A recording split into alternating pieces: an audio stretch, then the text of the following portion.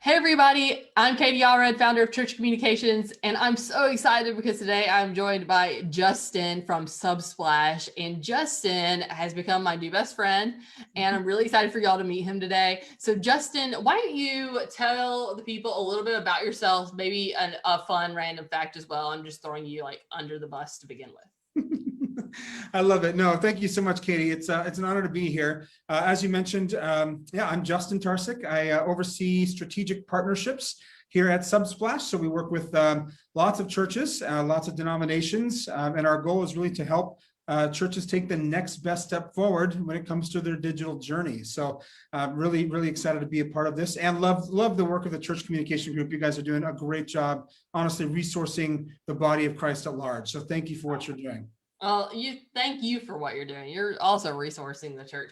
Okay, so actually you told me a little bit the other day about your story about how you got to Subsplash, and I think that people might actually be interested in that story. So could you maybe just give us a little overview about how you got to where you are? Sure, yeah, I would love to. And by the way, I guess that could be my fun fact. I forgot to mention one. Yeah, so that can be your fun fact as well. Make it this.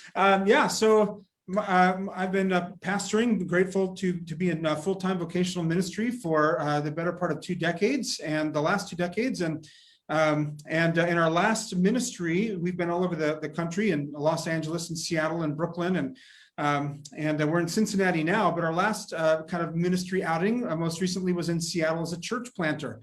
And we really wanted to not just plant a great community in downtown Seattle in the city center, but we also wanted to, for the first time, take a run at bivocational ministry. That was something that we hadn't really experienced before, and just for the kind of church that we felt led to build, we didn't want to have to make sure that our livelihood was dependent on the sacrificial giving of our people in this case. And while I think that's a beautiful model, in this case, for what God had asked us to build, it wouldn't have been viable for us personally. So that meant that we needed other jobs.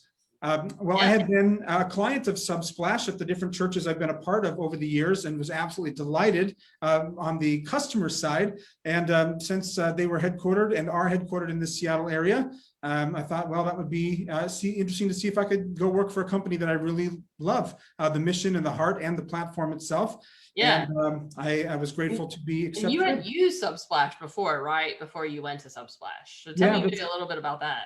Sure. Yeah. I mean, the churches that we've been a part of use the app platform. I mean, there's a lot to our platform. We can talk a little bit about what's available to churches today in our conversation, but we're using apps and giving and websites and things like that. A lot of stuff that is provided, and had great experiences with it. I mean, obviously, apps are the dominant way people connect in digitally today. So. Yeah, well, okay, what's crazy is Subsplash has changed a lot in the last 10 years. Like originally only about apps. Now with the websites and messaging, there's so many other things that are part of Subsplash, which I think is really cool. And two, a lot of has changed in the world of communication in the last 10 years alone.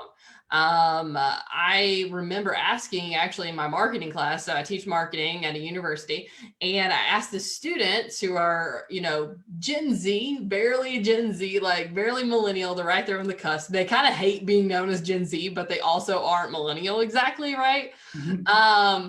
But I asked them, like, do you prefer browser or do you prefer apps? And almost every single one of them said apps, which was really crazy for me being a millennial. Like I prefer websites, and being a web developer too, I prefer websites. But then I realized 80% of people are on their smartphone accessing websites or using an app. And that's when I realized, I was like, okay, so you would prefer to use an app instead of a website? And they were like 100% yes. And so I was like, okay, that's pretty strong research. I mean, based off, my several marketing classes where I've asked the same question, like nearly 90% of the class would say, I want an app, which I was like, okay, that's interesting. And by the way, that actually bears out with the data as well. So there's a really interesting third-party organization that does global research, and they're called ComScore. And they, out of the total number of minutes that people spend online digitally. In the US alone, that number eclipses 90% of time spent in mobile apps. So even your anecdotal, like in-class surveys, like lying right up with the data that's out there today. Apps continue to be the dominant way that people engage or interact with organizations. Okay, so our conversation was not necessarily supposed to be about apps. So I'm going to turn the tide a little bit here. Just turn the tide. We just like got caught on a tangent of being like, apps are cool. They really are. Okay, so I'm turning the tide. I'm going to talk about summer engagement. Okay, like we're going into summer. Summer is a hard time for church in general. Before COVID, summer was still a difficult time because most, I mean, even today, there's stats that prove the regular church attender only attends once a month anyway, and that was before COVID. Yep. Okay. So how can churches engage their communities during these like distraction-filled summer months via technology, like having a mobile app? So we're going to talk about how engagement is the new attendance. Why don't you explain to me what engagement means? Yeah, that's a great question. And I think it's good to define because it does get thrown out there quite a bit. I'm on a number of calls and we're talking about that, and it's good to stop and actually ask ourselves, what is engagement? And it doesn't matter. Yep. I think the first thing to mention is that engagement, and in this case, digital engagement, is tools, but it's not just the tools that you're using. It really is a strategy. That is probably the biggest thing to understand. Is it's a way to strategize or think about finding a group of people or finding your audience, listening to them, and then mobilizing them toward a series of goals or objectives. Oh, that's good. Right? See, I'm gonna write a note right now. So that really would be, I think, digital engagement at its core. So you're looking for your audience. So if you're using, social media, websites, whatever, you're looking for ways to begin a two-way conversation with your audience. Right. But it's not just to say, hey, it's good to see you. We're glad that you've joined our group. It really is to help mobilize people and move them in a certain direction. Okay, so we talked just a second ago about the apps, right? Like there's ways to engage people on apps. What are those ways exactly? Like how is Subsplash the ultimate engagement platform? Yeah, I think that's a great question. And we can get into even more details about websites and everything else and why you actually need both of those environments. Yeah. But if we're talking just about apps, because people spend so much time on apps, you have something available to you that not any other digital communication channel offers, and that's push notifications. So that honestly is the primary way to connect. I mean, you think about a successful email campaign, even in the best digital marketing environments. And I love email. I think it's great. But a successful campaign on a national level is around 25 to 30% open rates. And so when you're thinking about it, if you hit 35 or 40, you're out of this world. So but think about that for a second. Even the best email campaign, 70% of your audience probably never opened that thing that you spent hours crafting to hopefully, bring in as call to action or next steps. Right. That statistic is actually almost reversed with push notifications, where you've got wild, right? Right. And so it really helps you take next steps, which again, that's why digital engagement isn't just about tools. It is a strategy, but you need good tools to help you and to help your audience take good next steps. Right. Okay. So why is engagement relevant in a post-COVID world? Yeah, that's a great question. Let me just say something about COVID for a second and how it affected the landscape of churches. As a pastor myself, I think COVID only accelerated or exposed what was already needed in the church environment. It didn't create the problem, right? So I agree. There are people that I talk with today, churches that are still like holding on to wait for COVID to pass on. And which is what we just talked about, right? Like at the very beginning, like the regular attender was only attending once a month anyway. So COVID only shined a huge flashlight on the problem of church attendance. And I think focusing so much energy solely on Sunday morning was a huge problem of the church, because church isn't Sunday morning. Church is people, right? Correct. It's you and me. It is. Yeah, that's exactly right. We are the church. We are representative of the church. We're here together on Zoom. Now we're a church. That's right. Where two or three are gathered. Let's go. But you're right, though. So here's the thing that's interesting is for so long, and I really am grateful for this kind of 30,000-foot view that I believe that the Holy Spirit has given me insight to for the Western Church, because I'm in all these conversations with bishops and superintendents all over the country, trying to figure out how do we help our churches lean into the future of digital engagement. And here's the theme that keeps coming up is this recognition that we put so much emphasis on a 2-hour gathering point on Sunday, and it's good. We need to gather. This is not like I'm definitely not saying it's a substitution. Absolutely, we need that gathering, but that also leaves 166 hours of somebody else's time throughout the week that we typically don't engage. Now, I'll tell you what. As somebody who's led churches, I can't tell you in between 10 to 15 hours a week, 15 hours a week I might spend on crafting a sermon. And then you've got hours spent on graphic design and mobilizing volunteer teams. And all of this points to a really great dynamic 2-hour service. And then again, what are we doing with the other 166 hours of people's week? And I think that's what I see the church starting to wake up to is like, is it possible that we can still run something great on Sunday, but find an urgency or some kind of interdependence on digital as well as the physical gathering? And how do we kind of allow those two to come together and hold equal weight? Yeah, how do we marry the two, really? Like, one should not be more important than the other. The thing is, people don't think, I used to think in the early 2000s, me personally, maybe you thought this way too. In the early 2000s, I used to think of my online life being separate from my regular life. Did you think that? Like, I thought I had an online persona, and that was who I was on the internet. And then I was a different person, like in regular life. But what I realized in like 2012, 2013 is that like these things are not separated. It's only one and the same, right? What you do online matters in real life, and like it will be a legacy that you pass down to your children. So it does matter, right? Because like 100 years from now, it's crazy how much data our great grandchildren will have on what we thought and did and liked and all those kind of things and shared.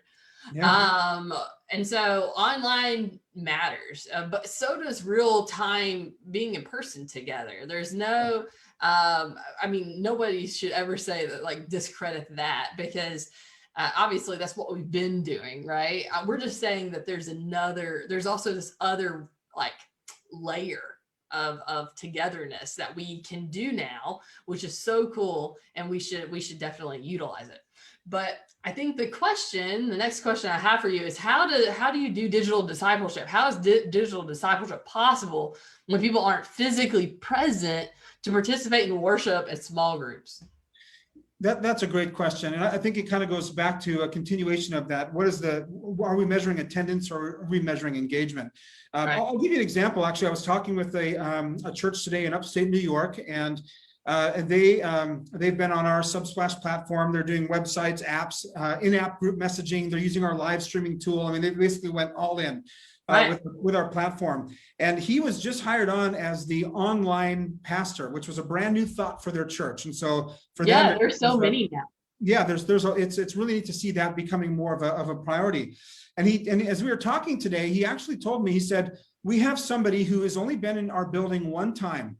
But they actually they're an active tither in our church. They attend all of our online Bible studies, and the most faithful of our online Bible study members. Yep.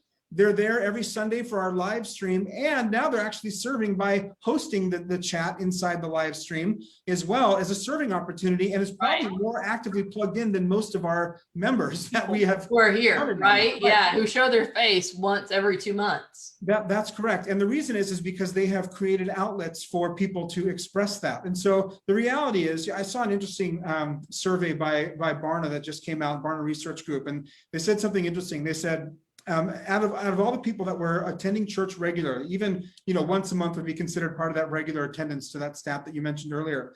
And they said that a third of people are moving back, they say connected to the church that they were a part of before COVID.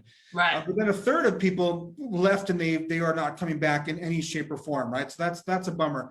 But the other thing is a third of them started to look into other churches and were consuming multiple sources of discipleship for local churches. And that's because they're going to whatever provides value for them. Right. So when we start getting into kind of this importance of digital, the content that you produce is as long as it's easily accessible, you have roads or inroads for discipleship, right? Yeah. Any conversation that we have that grows my faith and pushes me towards Jesus, whether I'm getting that through a pre-recorded video through a mobile app, or I'm watching a live stream, or I'm having a conversation like this with you, or meeting at a coffee shop, all of this has the opportunity to move me forward in my walk with God.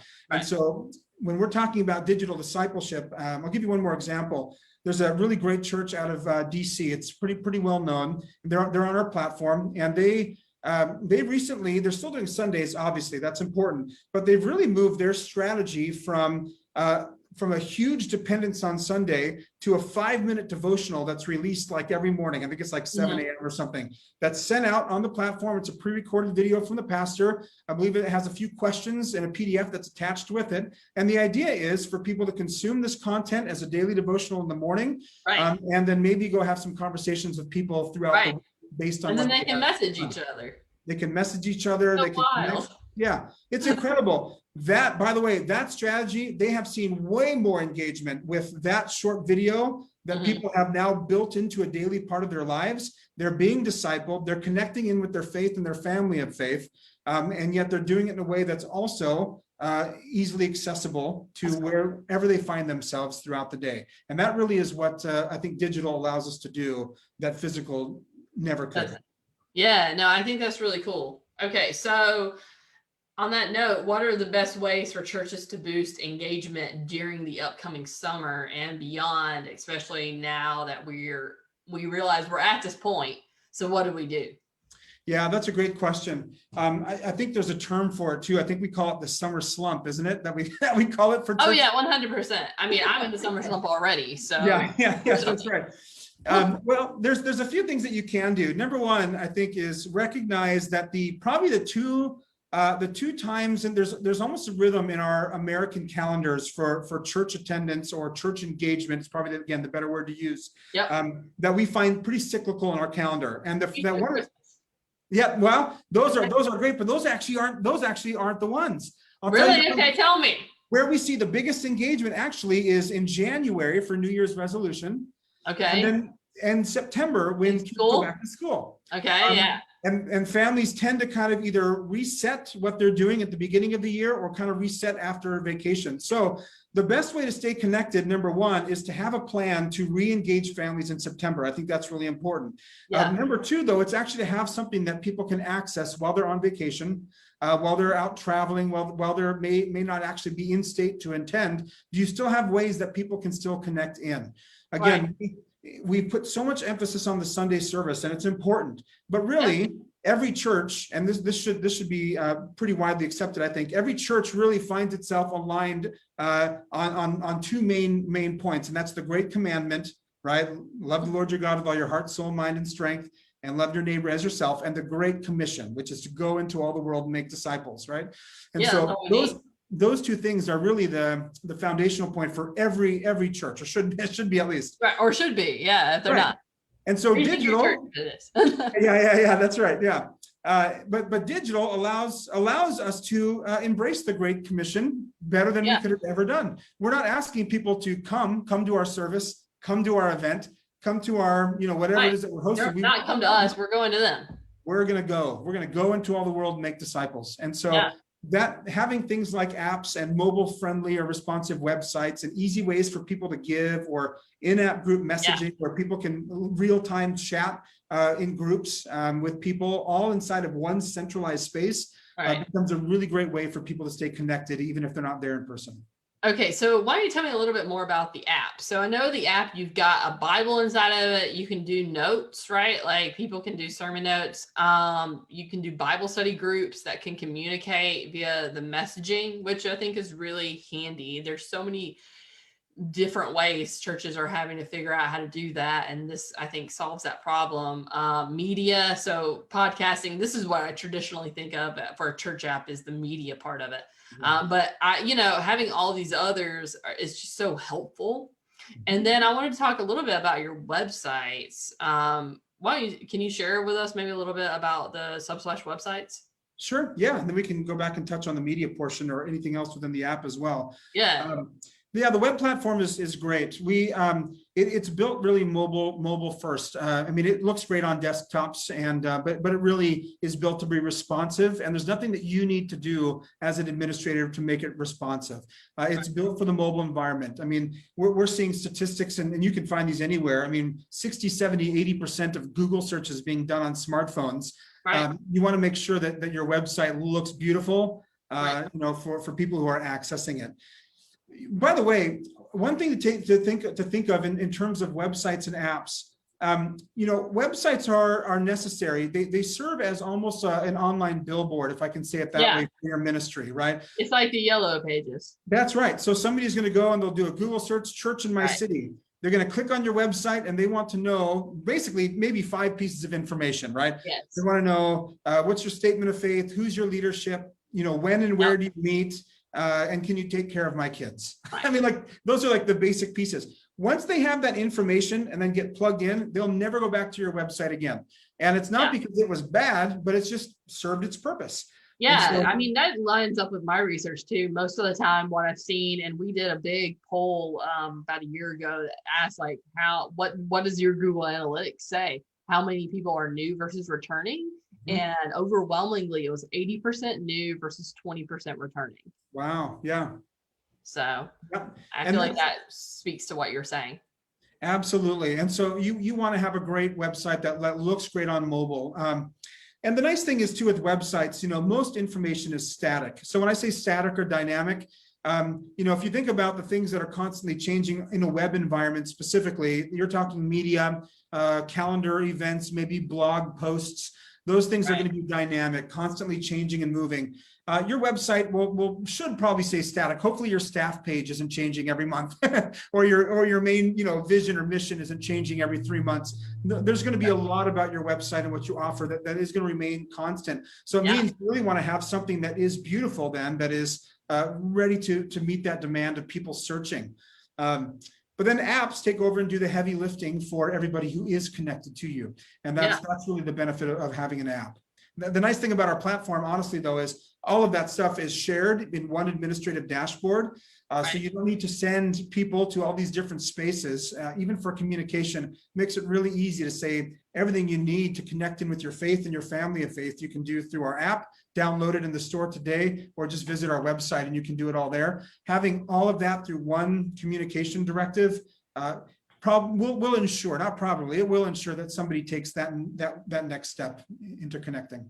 So I see here too, you got TV apps. That was something I was like, oh, how cool is that? You've got all the spaces, which I think is really neat, especially for people who are like shut-ins and those kind of stuff that can't get to church physically. Like having a TV app is so helpful.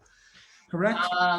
Okay, so what are some engagement tools? We're just talking about 2 of them, really. I think the website and I feel like the app being the primary engagement tool. What are some engagement tools that many churches think are nice to have, but are actually need to have? Yeah, well, that's a great question. I think maybe 3 or 4 years ago, everything we're talking about today, minus a website, would have been nice to have. I really firmly believe that everything we're talking about today is really a need to have. Yeah. Now, and the reason is because, to your point, we do TV apps, we do media. By the way, this is a big differentiator with Subsplash as a platform. If I can just talk about this for a second. Yeah, sure. That media component is really, really important. I can't tell you how many times on Tuesday we get a panicked pastor call us because they embedded a YouTube video into their branded church website, and YouTube's algorithm began pumping sponsored ads and suggested content and all sorts of distracting items into their sermon that they had no control over. The reality is YouTube and Facebook, while they are great for exposure, it's not a great experience for your people. And so one of the things that sets Subsplash apart is because we built the HD media player ourselves, and we will give churches up to 5 terabytes of hosting for all your video content.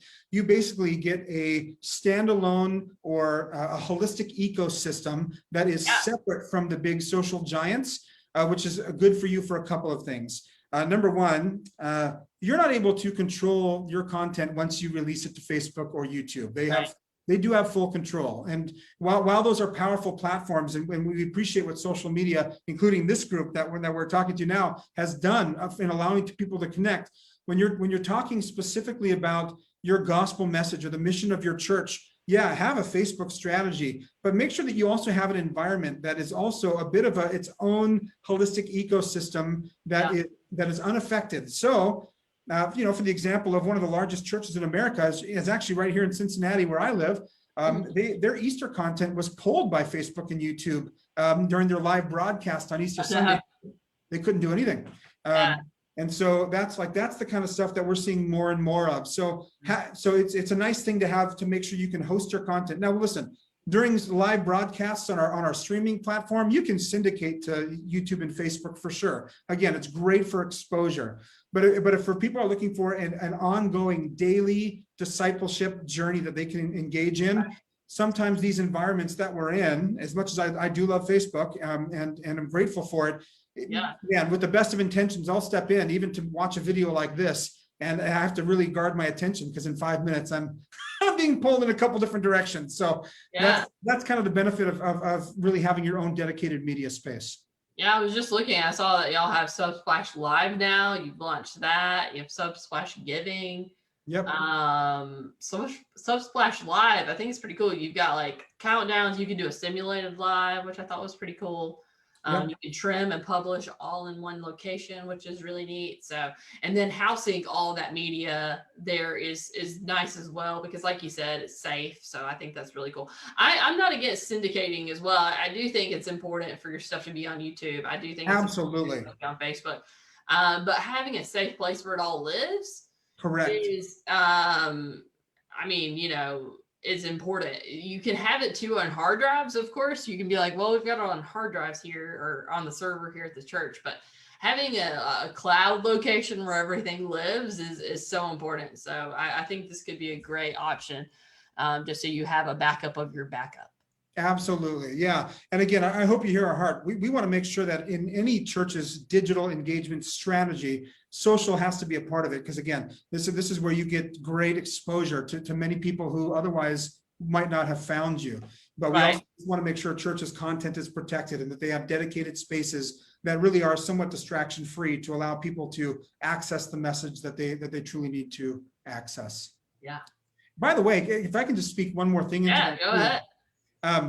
One of the benefits of a great digital engagement strategy, but also a great platform like the Subsplash platform, your calls to action become so much cleaner. What I mean is, it wouldn't be uncommon for me over the years as a pastor, as I look back to all the times I got up on a platform on a Sunday and I asked our congregation in one breath to go to our lobby and sign up for our e-newsletter and sign up for a connect group and download our Bible reading app and go to our website for blog content and text this number for giving and download this and go over here. And by the time I was done, I just gave like 9 calls to action in different spaces, and like my congregation would be like, where do you want me to go? And if they did go somewhere, it usually wasn't the thing I really wanted them to do, right? So here, just say, hey, download our church app, and everything you need that's connected to your faith and your family of faith, you can find right in here. Stay connected with us. And then for your administrators, most staff members and pastors didn't go to seminary to learn code, right? So we start trying to like duct tape 9 back-end systems together and creating all these. Now you've got an administrative nightmare. Your costs are going through the roof. For you to consolidate all that into one platform is not only great for your congregation, it's great for your back-end team working on that too. Yeah, no, I completely agree. Okay, so talking about calls to action, do you have one for us? Yeah, absolutely. I think we can definitely send out link posted with this here that you can click on for more information. You can always visit subsplash.com if you want to visit that and fill out the contact us form. Listen, we'd love to talk to you. The beautiful thing about digital is while we talk about everything being necessary today, to make sure that we truly are meeting people where they are at today, whether they are accessing from a Roku TV, whether through a mobile app, a website, whether it's live streaming, in-app group messaging, digital giving, you can do all that through our platform. But the nice thing is we'll also meet you where you're at and help you every step of the journey. So you can onboard into any part of our platform, and we'll grow with you as your needs change without you having to switch platforms every time your needs do change. And that's really a benefit to working with us. So we're not a one size fits all. We do think what we offer is great and necessary, but we want to work with you to contextualize where your ministry is at today and just help you take that next best step forward. Yeah, love it. Well, Justin, thanks for hanging out with us today. I really do appreciate it. Yeah, thank you, Katie. It's an honor. All right. Well, thanks everybody for joining us. Again, you can check out subsplash.com. We're going to put a link in the caption for you as well. And if you have any questions, leave them for us in the comments below. We'll be happy to answer them and get back to you as soon as possible. And we'll see you again next time.